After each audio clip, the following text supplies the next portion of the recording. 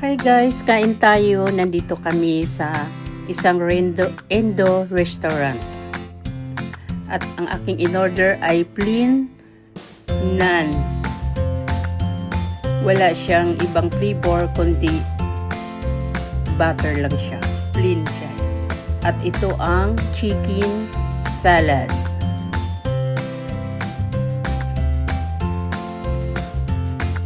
Mainit ang naan kaya hindi ko siya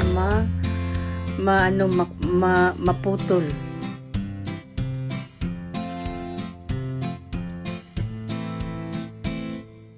Ito naman ay sit siya.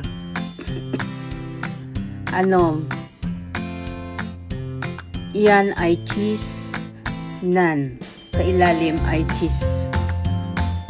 Tapos sausaw mo siya sa curry. Dalawang klase ang curry sauce, chicken curry at saka tomato curry. Ito naman ang garlic rice at maliit lang ang naan, ang plain niya naan ay maliit lang. Ito naman ay parang potato chips. Ito ay freeze nilang niluluto guys. Kaya masarap, mainit-init pa siya.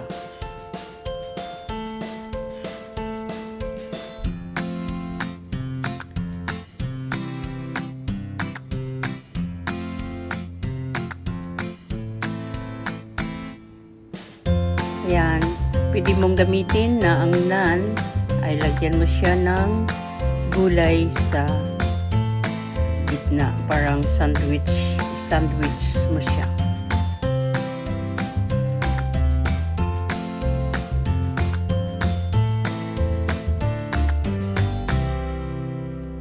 Ang sarap niya kainin. Oo. Kapag ang naan ay medyo malamig na siya, makunat na siya. Tingnan mo ang kunat. Masarap lang siya kainin kapag mainit ang naan. Malambot.